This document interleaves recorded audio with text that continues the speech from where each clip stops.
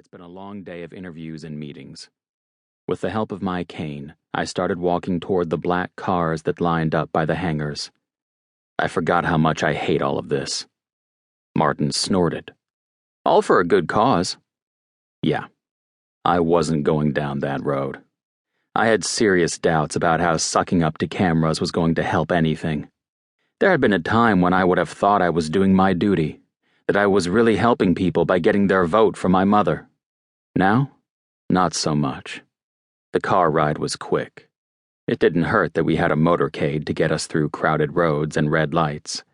I tried to not fidget in my seat as we passed a group of people that turned to look our way, annoyance etched along their faces.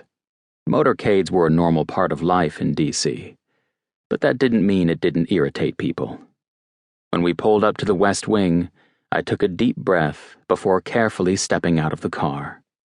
Jake! Ari burst through the double doors and ran at me full speed. I braced my good leg for the inevitable leaping hug, but there was no stopping the smile that spread across my face. Arizona! Mother's voice rang out across the pavement, and my littlest sister skidded to a halt. For God's sake, don't knock him over! The warmth that had started to spread through my chest instantly turned to ice. Ari slowed and looked up at me with big eyes.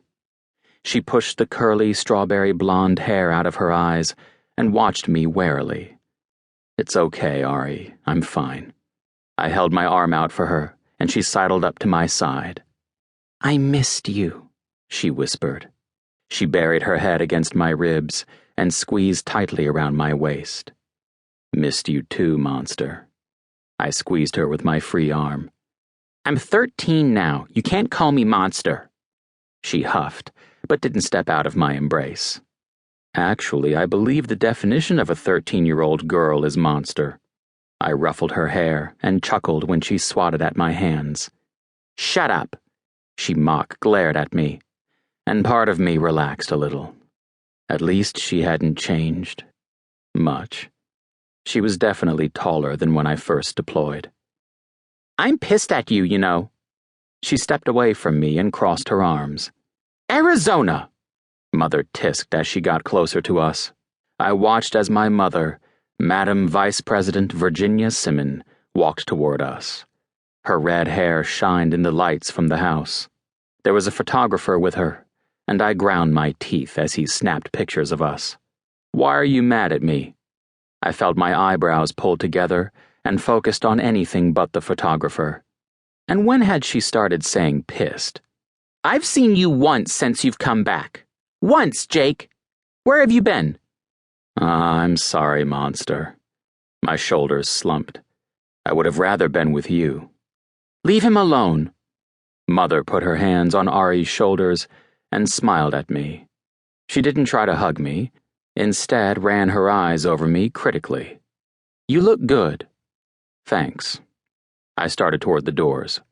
I wasn't going to stand there for her inspection.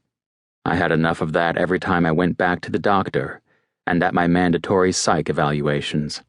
Wait, we need a few more pictures. My mother tugged me back to her side. Her smile looked so genuine it made me sick.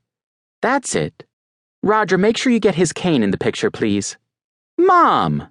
Ari turned to our mother with disgust on her face. Hush, young lady. These pictures are important. Every word was delivered with a pleasant expression. Now, Jake, try to lean a little toward me. Are you hungry? Mom fell in step beside me, her arm still around Ari's shoulders. We ate before we left. I didn't look her way as I walked under the covered path. There was a Marine standing at attention, and my stomach clenched. For half a minute, he looked like my friend Grange, but I quickly snuffed that thought out.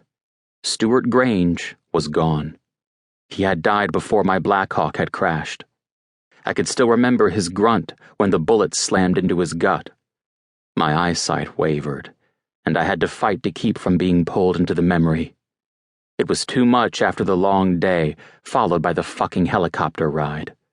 Ari seemed to sense my thoughts, because she wrenched away from our mom and slipped her hand into mine. What could possibly be more important than hanging out?